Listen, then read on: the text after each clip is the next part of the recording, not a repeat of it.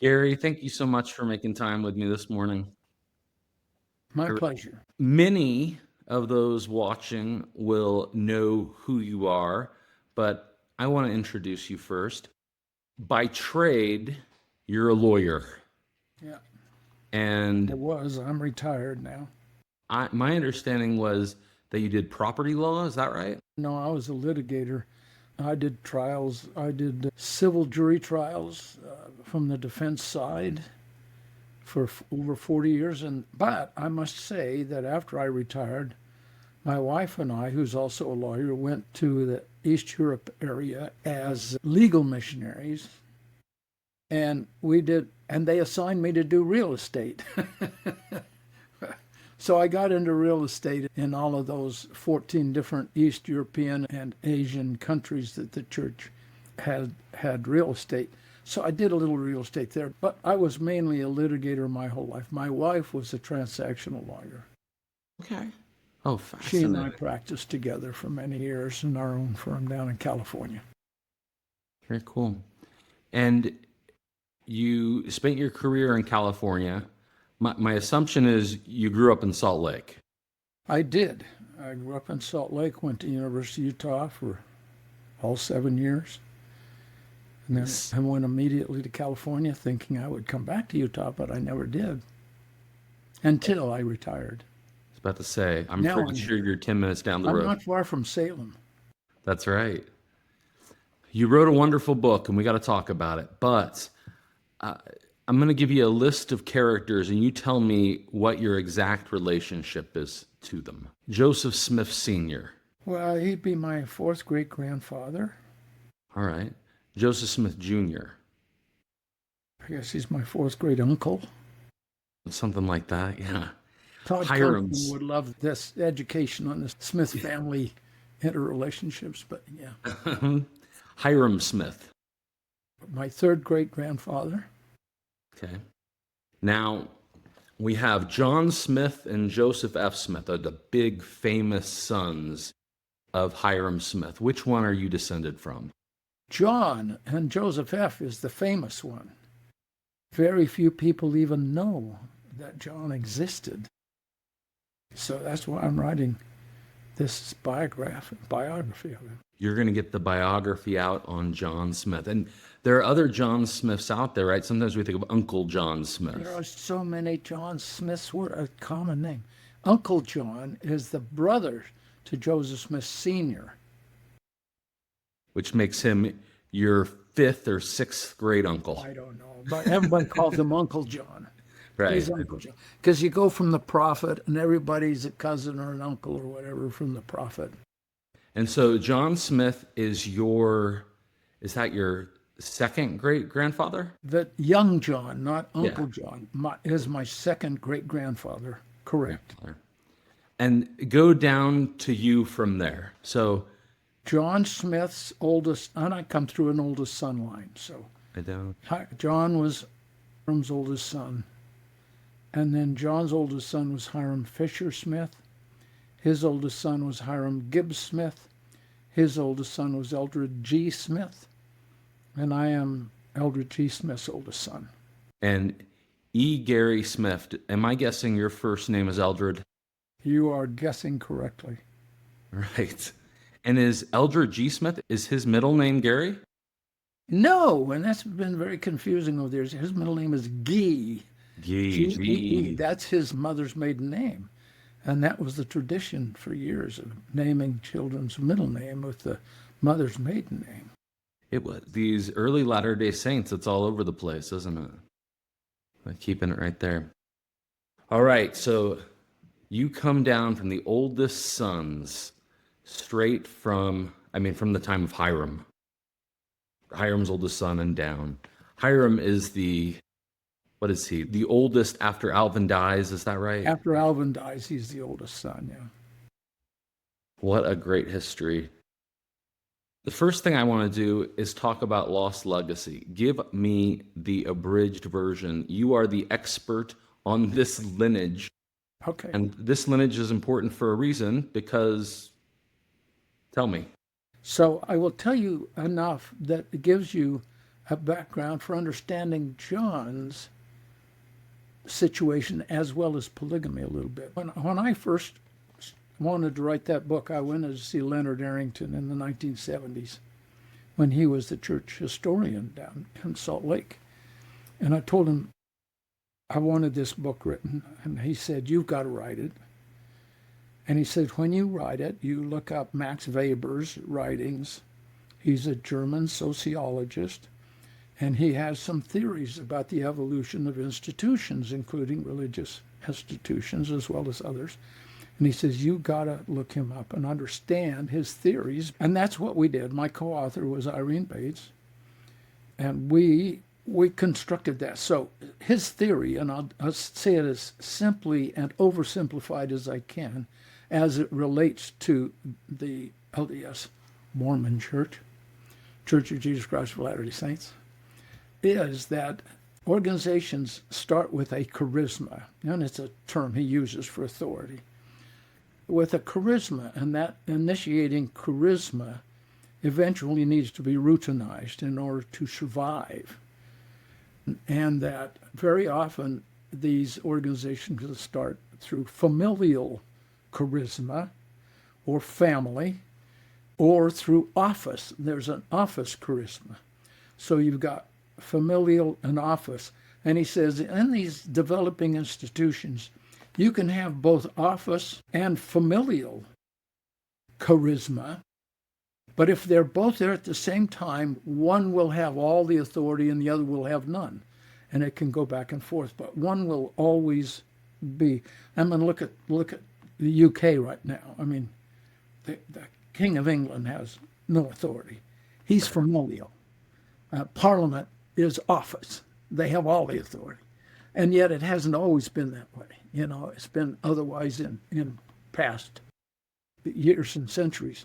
So applying that to the development of the LDS Church, it started out with familial charisma. I mean, the founding Smith family were the supporters. They were and even up until the martyrdom, even though Joseph developed an office hierarchy, when push came to shove, it was Joseph and Hyrum that made the final decisions.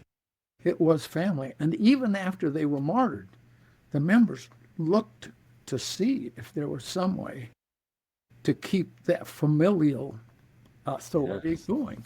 But Joseph III, the oldest son of the prophet, was 12. And John, the oldest son of Hyrum, was 12. They were the same age within a week. And lifelong friends, cousins, first cousins. So, of course, there's this immediate crucible where the 12 take over. Brigham Young, not as president of the church, but as the president of the quorum, take over the church as office. And yet you have this office that kind of hangs off to the side called the Patriarch, which is Hyrum's, and according to tradition and scripture, is to go on a familial basis through the oldest son. And so, to try and cut this short, because you need to read Lost Legacy, everybody needs Yeah, you do. It's great. The second edition, incidentally, not just the first edition, second edition, because there's quite a bit I added to that. It's excellent, yeah. But those who held the office of Patriarch after that, of Patriarch, never had any real authority. They gave blessings. They gave patriarchal blessings. That was their calling. But it wasn't an authoritative, it wasn't an administrative, it wasn't one that had anyone under them. Although there was a quorum of patriarchs back in the day, up through my grandfather's time, where there was a quorum of patriarchs. In fact, it's solemn assemblies when you voted on a new president of the church, and you had this solemn assembly, and you vote by priesthood quorums.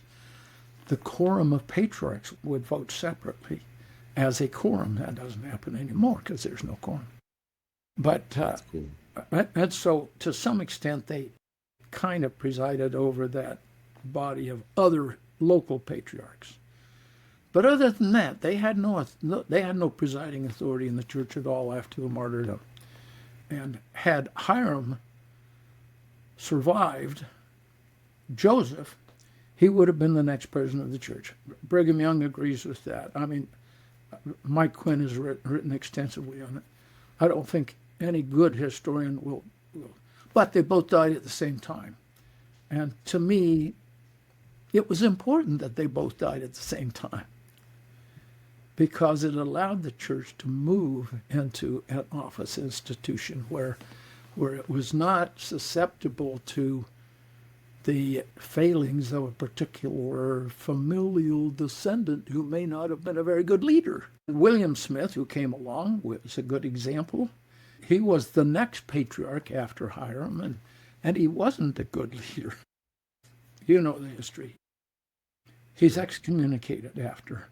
Comes in back in May of 46, and he's excommunicated by, 45, and he's excommunicated in the fall because he wants to be president. And he says, William's argument was, and I'm paraphrasing him, but I think it's a fair one. He said, look, I'm an apostle, and the 12 apostles are now leading this church. That means each one of the 12 have 1/12 authority to lead the church. Plus, now you have made me patriarch, and Brigham Young said, I'm giving you the office that your brother had, Hyrum. Well, Hyrum would have succeeded as president. So he's saying, I should be president. And of course, that didn't go well. He came back way too late to have any effect. And the Smith family tried to support him. You know, Lucy even had some visions and said that William should be. Right. But I mean, not only was he too late, but his personality and all the rest, it didn't work. So he's gone. So you don't even have a patriarch until late 1847. You talk about the apostolic interregnum. Well, that's the same interregnum for the patriarch, because when Brigham Young and the separate first presidency was created in the Canesville Tabernacle in the fall of 1847, that's when Uncle John is called to be the next patriarch, when Brigham Young says we must always have a separate first presidency and patriarch over the whole church for all time. That's his quote. And so Uncle John, of course, is back in the Salt Lake Valley because he was left there to take care of things with the first Vanguard Company. But when Brigham Young and the next 1848 wave goes out, then he is ordained to take his place as the next patriarch, presiding patriarch. And he serves until his death. And then John is 22 years old by this time. So now they think he's old enough. He's old enough. He can be a patriarch. So one of the problems with familial authority, where you go down through a bloodline, is that sometimes, and John, and I hope in this book, in the front of the manuscript, I confess that I like John. Everybody has a bias. But at the same time, I think I've learned how to write as good a history as you can by being as objective as I can. I was a trial lawyer for a long time. That helped me sort through evidence and weigh evidence and to be honest about saying who has warts as well as good things. So John, as soon as he is ordained, Brigham Young says he is diffident. Well, that's a nice way of saying what we would now call glossophobia. Glossophobia is an intense fear of public speaking, and it's a subset of SAD, or social anxiety disorder. So John was not stupid. He was actually quite a bright guy. But he had this anxiety disorder, glossophobia, but more than just fear of public speaking. But it was extreme. And so Brigham Young is looking for the sons of Hyrum to come and champion polygamy and preach and practice polygamy as an example. And Joseph F. steps up to the plate in both categories. He preaches polygamy and he practices polygamy. And Brigham tells them both to get more than one wife. Well, John's wife's name's Helen. His first wife, Helen. He spells it with two L's, Helen. Helen doesn't really like polygamy. But Brigham told John to get another wife. So he did. He marries Melissa Lemons without the approval of his first wife, because I don't think that ever would have come. And she's very upset about it. And there's wonderful letters that go between them, and where she says, "Okay, the gate's open now. It doesn't matter how many wives he gets."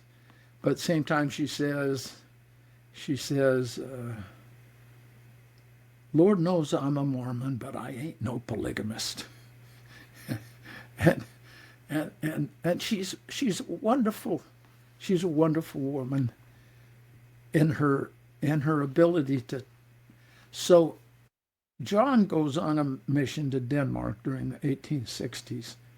And when he comes back, he pretty much abandons Melissa for the rest of his life. He does some efforts to support her through the church, but he has nothing to do with her. He did have one child by that second wife, Melissa, who died at 8 years old, I think it was. Oh. But he had, and he never mentions the death of that son in his autobiography. He's not a big writer, but he wrote a little about autobiography. He never mentions him. But I know it would have been, but he doesn't want to upset Helen. He just decided that if I have to choose between Brigham's polygamy and keeping Helen happy, I'm going to keep Helen happy. Mm. And so he never practices polygamy as they want him to. And so the two things that the sons of Hyrum are supposed to do are speak, preach, and publicly, which John can't do. He can't. It was all he could do to give a prayer in public. Brigham Young kept trying to get him to give a prayer in General Conference, and he turned him down several times. He eventually got so he'd give a talk for a little bit, but it was a hard thing for him. And he's not practicing polygamy either. So he cannot be the champion that Brigham Young wants. And of course, Joseph F., once he gets back from Hawaii, having sobered up, beating up the schoolmaster. Right. And learning, and he does, Joseph F. And you've read Steve Taysom's of course, biography of Joseph F. So you know what he says. While Steve may not be accurate about everything, I think he's written a really good biography. Well, I think so too. And he does a lot about the relationship between Joseph F. and John. But at any rate, here's John at 22. He is ordained to be patriarch, and Brigham Young says, "I'm ordaining you to have the same position as your father held," which wasn't really true, because the position his father held had a lot of authority, including succession rights. Here's poor John, who wants to live up to all of this. It takes him over a year to give his first patriarchal blessing because he is so diffident. So I don't have that problem. I talk too much. But then once he started giving blessings, he gave over 18, I think it was more like 19,000 blessings. I don't know the exact number, but it's way up there. Right, this was a good calling for him. And he travels the territory up and down to give blessings. And in those days, it was customary for people to give a donation when they got a blessing. And that's basically how he supported his wife and his children, was giving blessings. Primarily, he tried to farm, but he was not a successful farmer. I don't think there were very many successful farmers in those early 1850s, 60s years. It was tough times. Anyway, so John is demeaned by leadership of the church, including his own brother, who is 6 years younger. It's interesting because when they come across the plains, you see this wonderful painting of Tigert in the of Mary Fielding Smith and little 6-year-old Joseph F. and their ox and their wagon, and nobody else.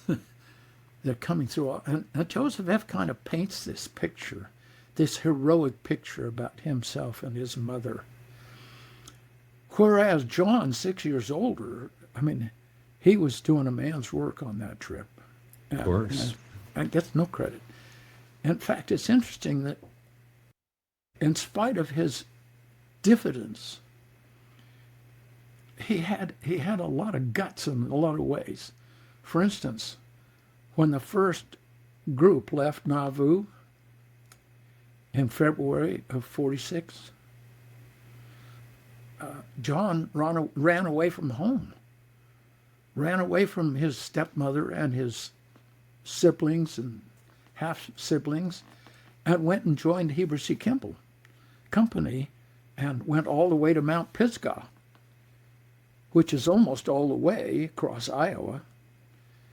And then he hears his family is going to come later on in the spring, and he goes all the way back across Iowa and helps his family come all the way back across Iowa to winter quarters.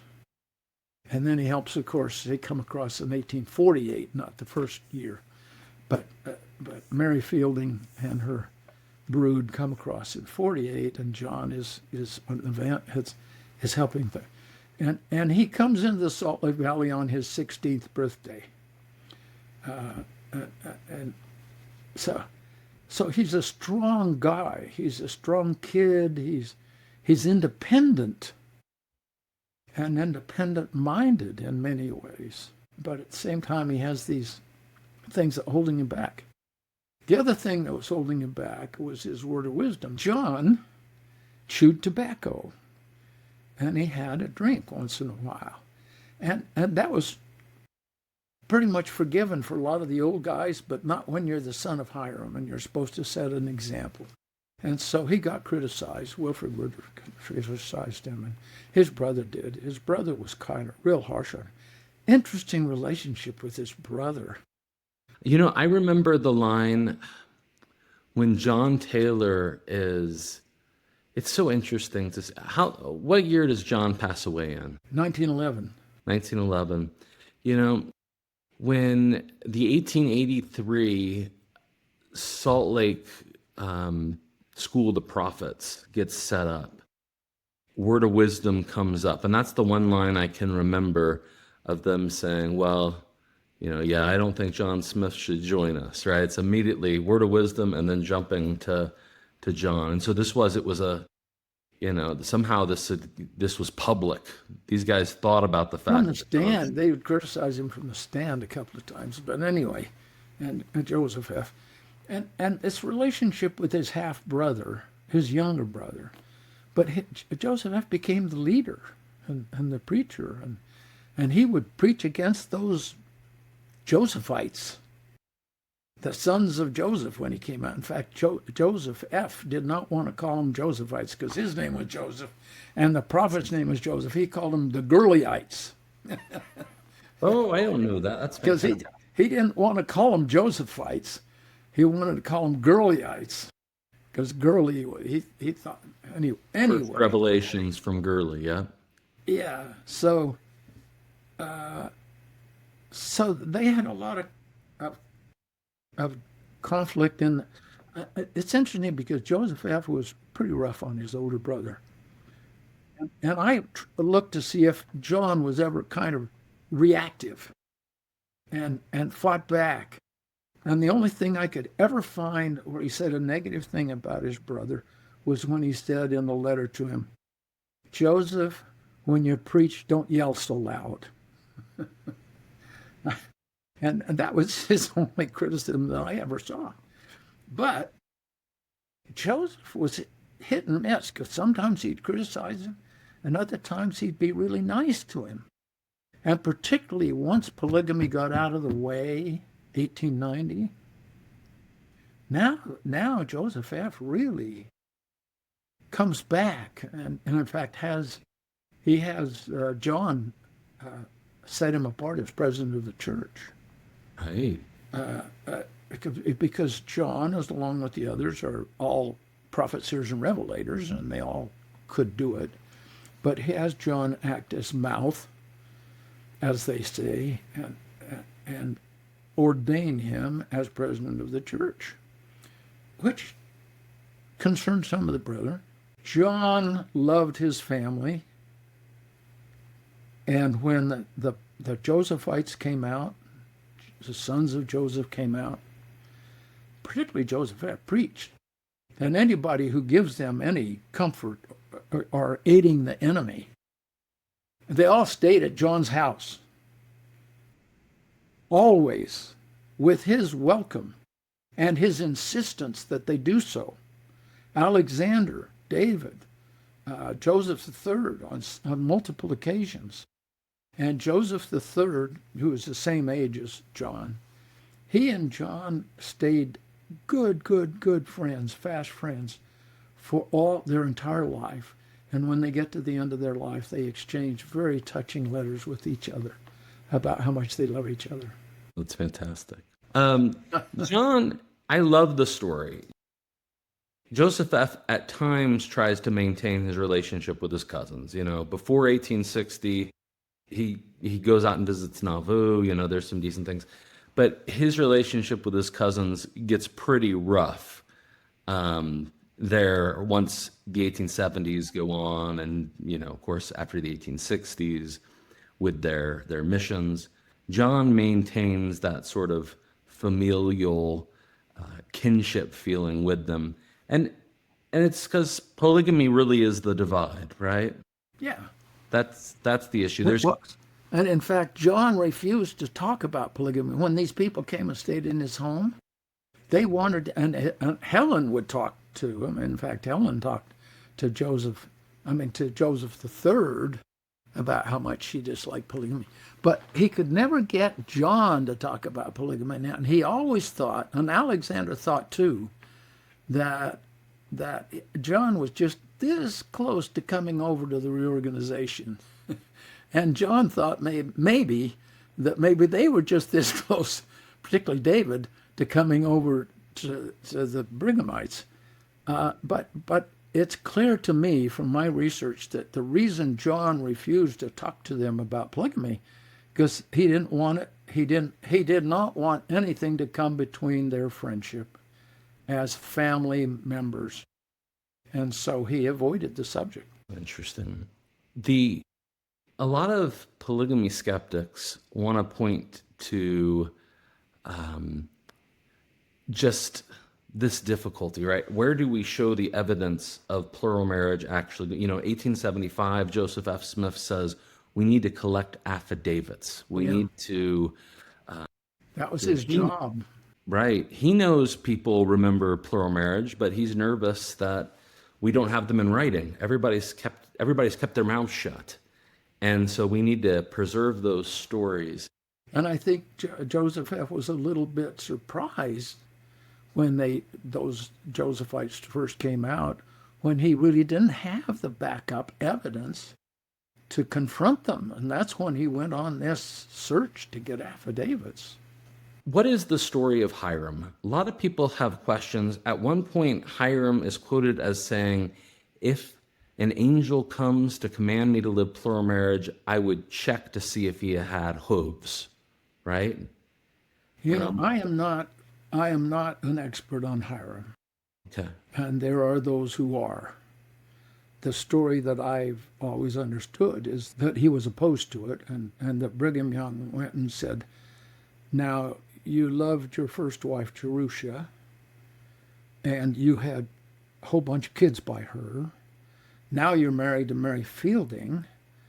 Do you think you're not going to be married to Jerusha in the next life? And so he thinks about it and says, no, I want both wives in the next life. Therefore, he's okay, I guess. I mean, that's kind of the story that I grew up with, but I don't know. Right, that's a good rationale. So John Smith was able to have a good relationship with his RLDS cousins. Yeah. And Gary, you have too. I want you to tell me about your story about, I mean, the Smith family is still a vibrant group, and it's kind of wild to see something that's, 200 years, is a family reunion like the Joseph Smith Sr. family reunion is like. I think there are a few family reunions out there like it. Will you tell me about this? Well, the first one, Buddy Elmgreen put the first one together, and he has to be commended because he's not a Smith from either side. So he was able to say to both sides, come on, I'm organizing this, come on back. It was 3 years ago. And at that very first one, Dan Larson, who was a descendant of Joseph III, and I, who are about the same age, we, representing both sides of the family, laid a wreath on the family cemetery there in Nauvoo. Together, we carried it out there together and laid it. And 50 years later, at the reunion, we saw each other. I mean, we've seen each other in between as well, but we met each other again 50 years later. And Locke Mackay, I'm sure you know of Locke. He's Dan's nephew, and he has been a wonderful friend to me. I kind of feel like he and I are kind of like John and Joseph III were. We are very, very close friends, and we put our family ahead of everything else. It's beautiful. How often does polygamy come up 200 years after the fact when these cousins get together? The rule has been that you don't talk church history past the martyrdom, and it's been pretty well observed. We talk church history up to the martyrdom, and then it ends. We don't talk church history after that, and that's what keeps. Because, and nowadays it may not be that hard because the community of Christ has really come to accept that Joseph, at least the leaders, I think, at least the smart ones, the historians. Richard Howard, of course, who was the historian for years, stayed at our home. He understood that Joseph practiced polygamy. And so I'm not sure it would be that much of a problem now, but when this started 50 years ago, it was still a reorganized church, and there was still that tension on polygamy. But we still kind of have that rule. We don't talk church history, family history past the martyrdom. There's plenty to talk about. But now we have the Mike Kennedy group, of course, who is all the descendants of Joseph who have joined the Utah church.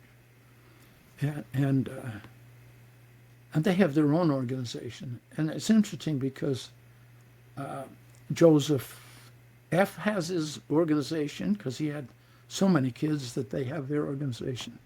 And Mike Kennedy has the Joseph descendants. But there's no organization for Hyrum.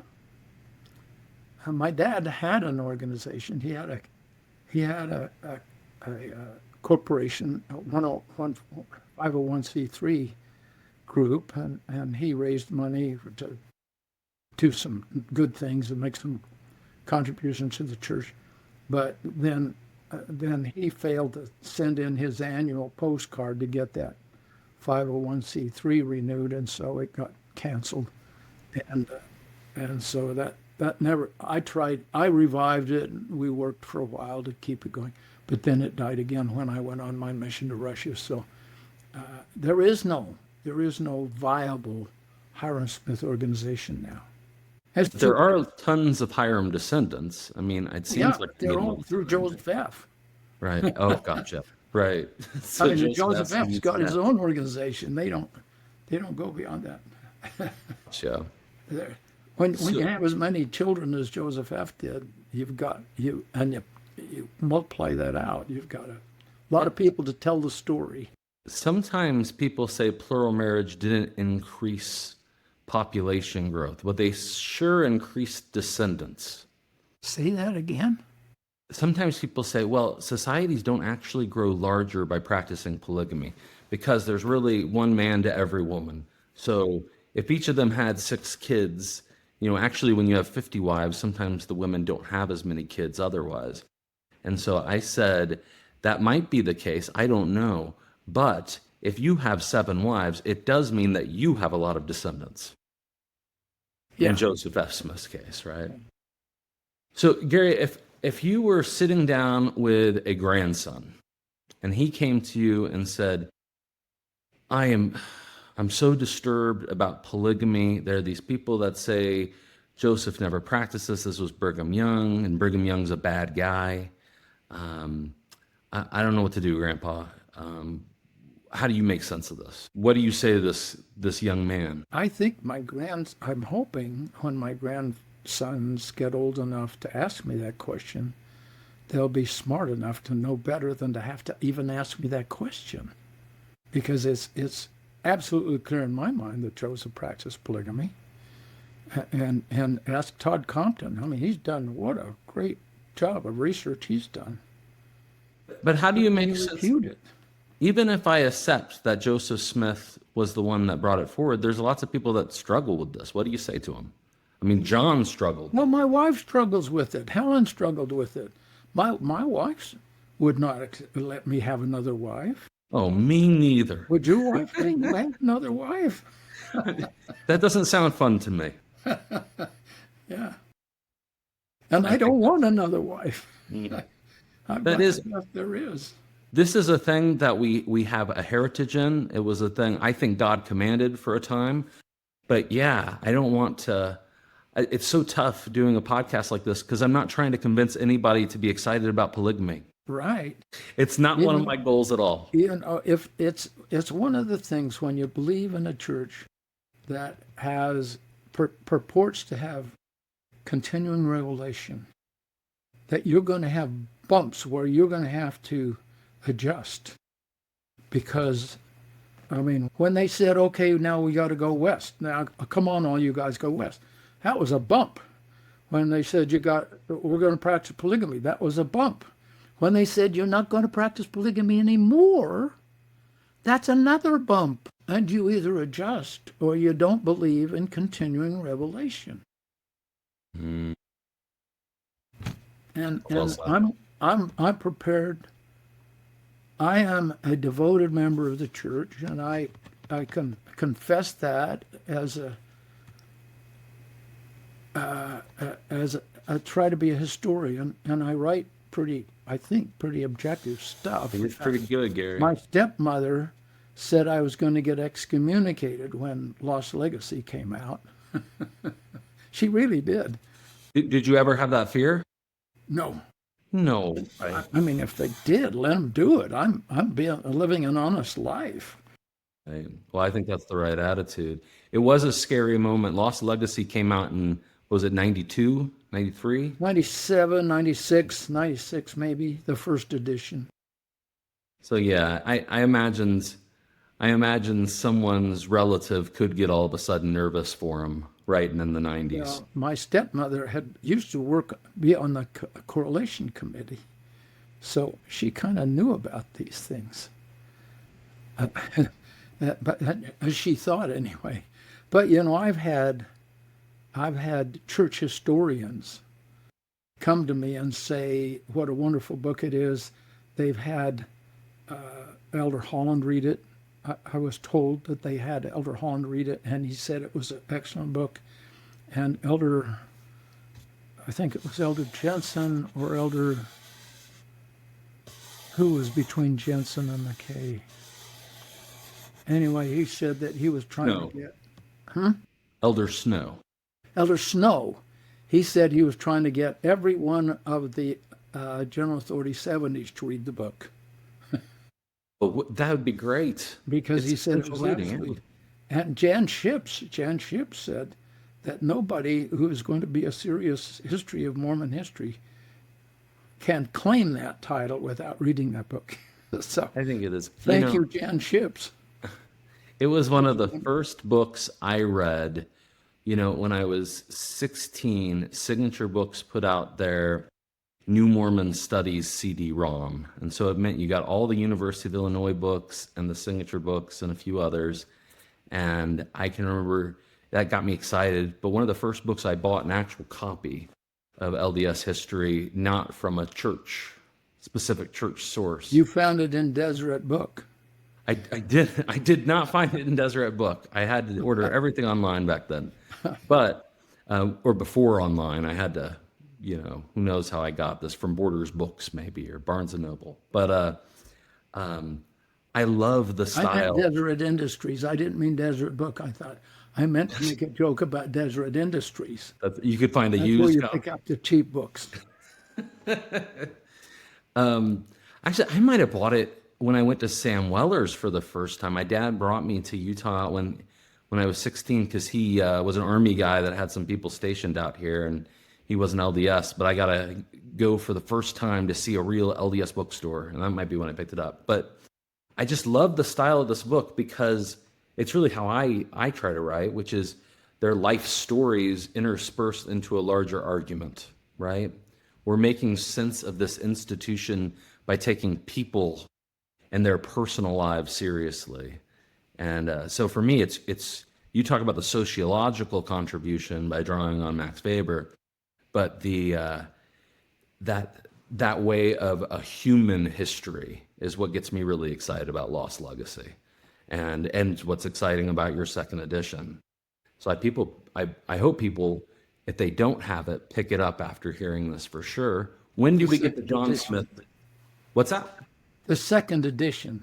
Yes, the second edition is the one they need to pick up. It has all the additional Eldred material that didn't make the first edition. So when is the John Smith book coming out? What's our hope for this? I don't have a commitment from a publisher yet.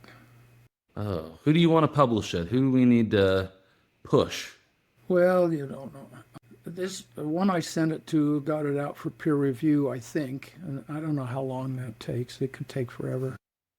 And if that doesn't work, I'll just go to another publisher. I did, it's only 150 pages. It's not a big book. But and I had written about a 90-page thing that I just did for my family, and I had 100 copies printed off and just gave them to my family years ago about John. And then I thought, heard about this. This deserves more. It needs context, because what I did there, I just assumed everybody understood everything. So this one, I'm trying to put the context in. I'm trying to bring in the church history context so somebody outside the church could read it and make sense out of it. So that's fleshed it out another 60 pages, but it's still not a big book as they go.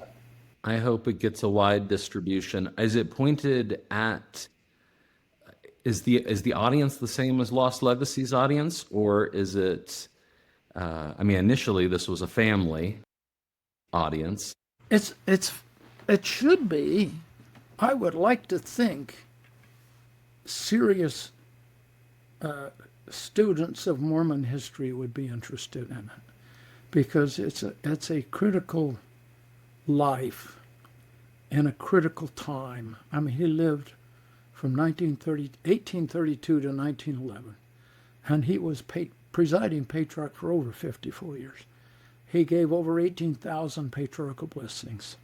He crossed the plains 7 different times, plus his interactions with Joseph III. Wonderful stuff. I've got wonderful stuff. I love it. Gary, invite me over. I want to see this stuff in person. You come anytime. He went back I mean, when John leaves Nauvoo, he exchanges letters with Joseph III.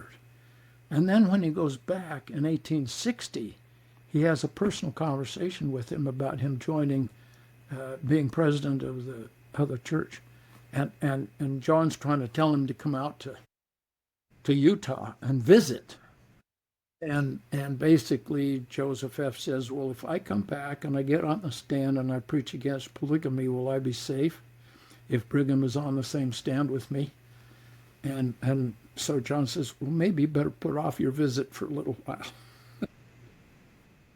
It's a great little thing. And then when he comes out later on as president of the reorganized church, John takes him around. Everybody he meets on the street, he says, meet my cousin, the president of the reorganized church of Jesus Christ of Latter-day Saints. He's proud of him.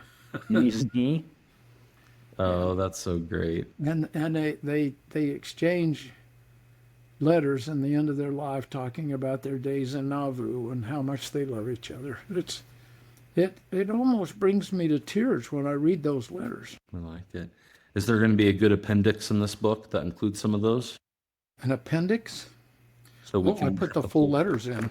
You put the full. Oh, nice. Full letters are in the book. That may make it harder for people to read, but I thought about it. These are such treasures. I don't know how you can take a word out.